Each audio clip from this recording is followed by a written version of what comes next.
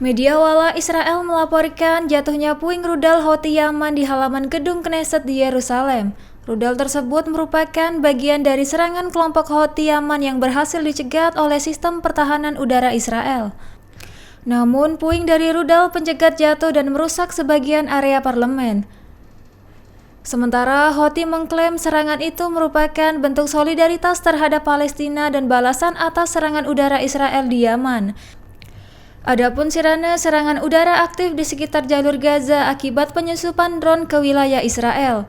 Diketahui pesawat tak berawak itu jatuh di salah satu pemukiman setelah gagal dicegat sistem pertahanan udara Israel.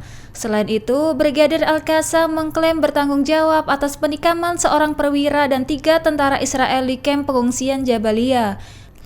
Menurutnya, serangan tersebut berhasil menyita senjata milik korban.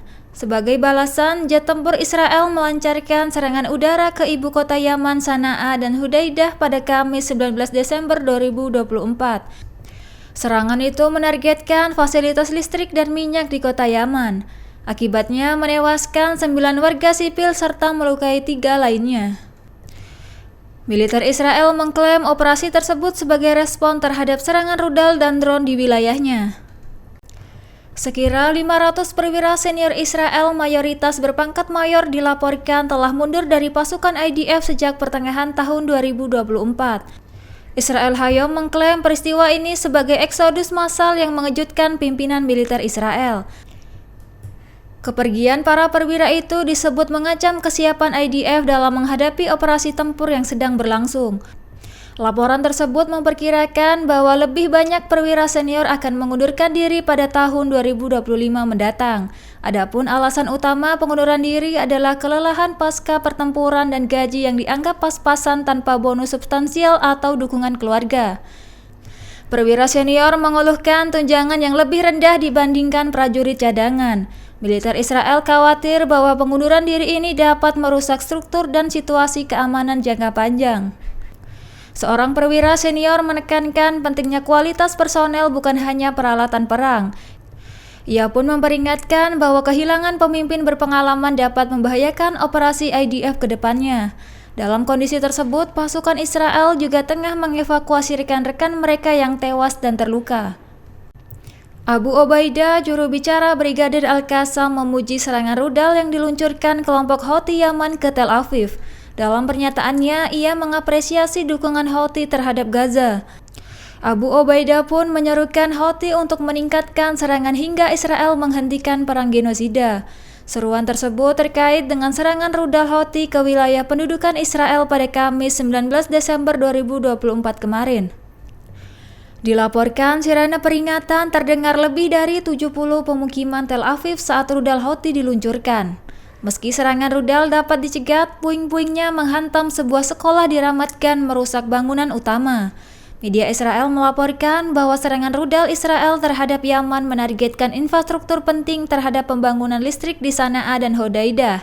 Adapun militer Israel mengklaim serangan tersebut sebagai respon gempuran terhadap Houthi.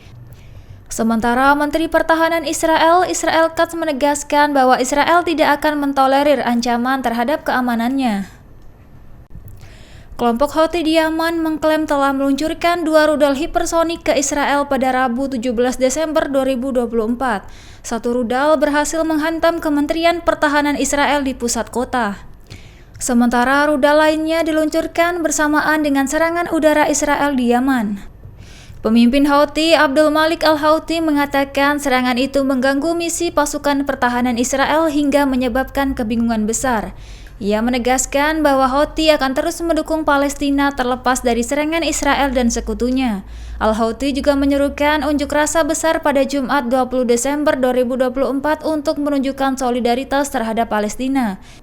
Sebelumnya, pada November 2024, Hizbullah juga menyerang Kementerian Pertahanan Israel dengan drone.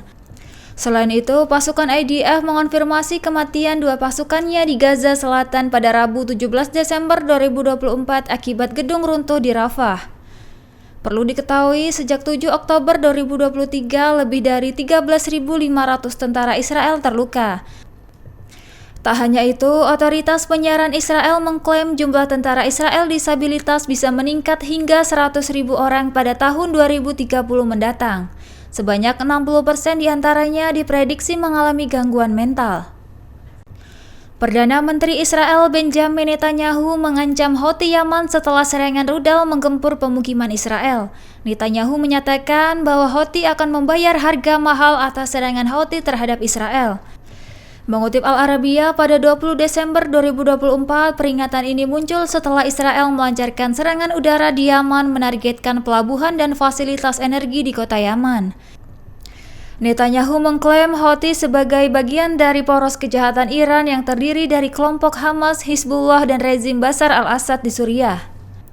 Sementara Menteri Pertahanan Israel Katz menegaskan bahwa pengaruh besar Israel akan mencapai pemimpin Houthi.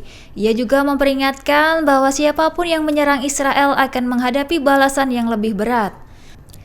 Adapun serangan Israel di Yaman menewaskan 9 orang termasuk 7 di Pelabuhan Salif dan 2 di fasilitas minyak Ras Isa. Militer Israel juga mengklaim telah mencegat rudal yang diluncurkan dari Yaman. Sebelumnya, kelompok Houthi telah menyerang pengiriman internasional sebagai bentuk solidaritas terhadap Palestina. Sementara Israel mengecam serangan-serangan ini sebagai ancaman terhadap keamanan Houthi di Yaman. Seorang pejuang Hamas berhasil menikam 4 tentara Israel di kamp pengungsian Jabalia Gaza Utara pada Kamis 19 Desember 2024. Brigadir Al-Qassam mengklaim prajuritnya telah menyerang dari jarak dekat dan merebut senjata tentara Israel. Akibatnya, 4 tentara Israel tewas terdiri dari seorang perwira dan 3 prajurit di garis depan Gaza Utara. Hamas mengklaim serangan tersebut sebagai respon terhadap agresi militer Israel di jalur Gaza. Hingga kini, pihak militer Israel belum memberikan komentar terkait serangan tersebut. Adapun Israel telah melancarkan serangan darat di Gaza Utara sejak awal perang.